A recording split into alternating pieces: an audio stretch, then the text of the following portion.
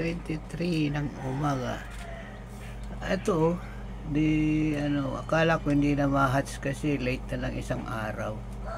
Ayan, ayan mga ka-farmer. Tapos kanina nung pumunta ako dito, may nalunod na isa.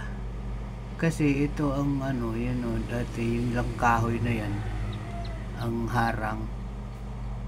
May nalunod na isa, tapos may pumasok doon sa doon sa may fan. Buti hindi namatay. Ngayon, dali-dali ko nilagyan ng screen para hindi sila makalabas. First time ko pahatch ng Rhode Island Red. Mga ka-farmers, ito ang unang-unang paglagay ko sa incubator. Kasi nag-uumpisa pa lang ako mag-farm ng mga heritage chicken. Tapos kasi nung una bumili ako 10 pieces na Rhode Island Red. Namatay yung 7, bali 7 na lang. Ay 3 na lang pala ang naiwan. Tapos ngayon bumili ako ng Tryong vintage line. Ayun, nakapagpa-itlog ako. Ayun, 15 ang sinalang ko, kaso nalunod yung isa. Bumaksak sa doon sa tubig, tapos yung dalawa pumasok na doon sa may pan doon. Kaya dali-dali ko nalagyan ng screen. Palibasa, first time ko mag-incubate, akala ko bang malalaglag sila dyan. Yun, mga ka-farmers. Tapos ito, may nakasalang pa ako dyan, 20 pieces. Magpare-parehas din na sila ng itlog. Yun, may nag-crack na naman na isa.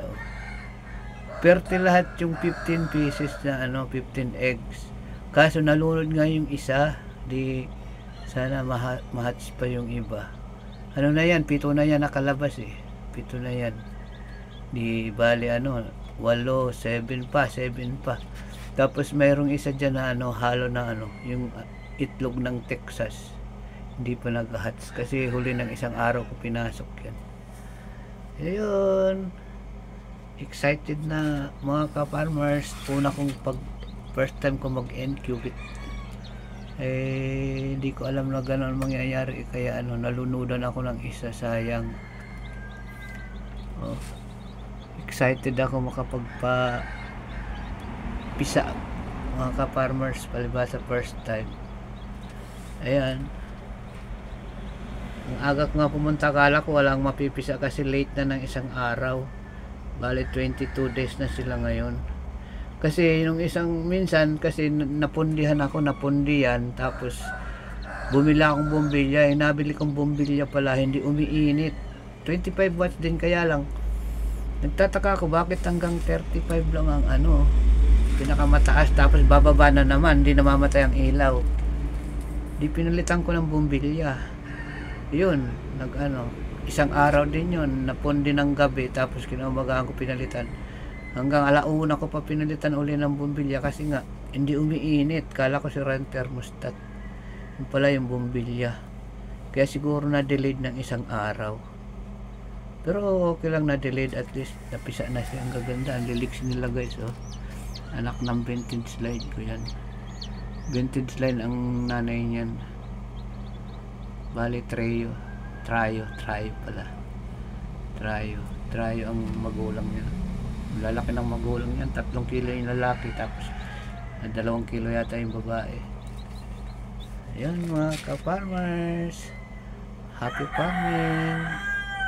Pagpaparami ako, hindi ako magbebenta, magpaparami ako ng heritage chicken. Sayang naman yung binili kong net 100 meters kung hindi ko malalaki ng Tapos yan, may patch naman yan. 10 days pa mag-hatch na rin yan. Ayan guys, mag-hatch na rin yan, 10 days pa. Nauna itong ng 10 days Tapos ito, ayun, bago kong ano ba yung hindi makita.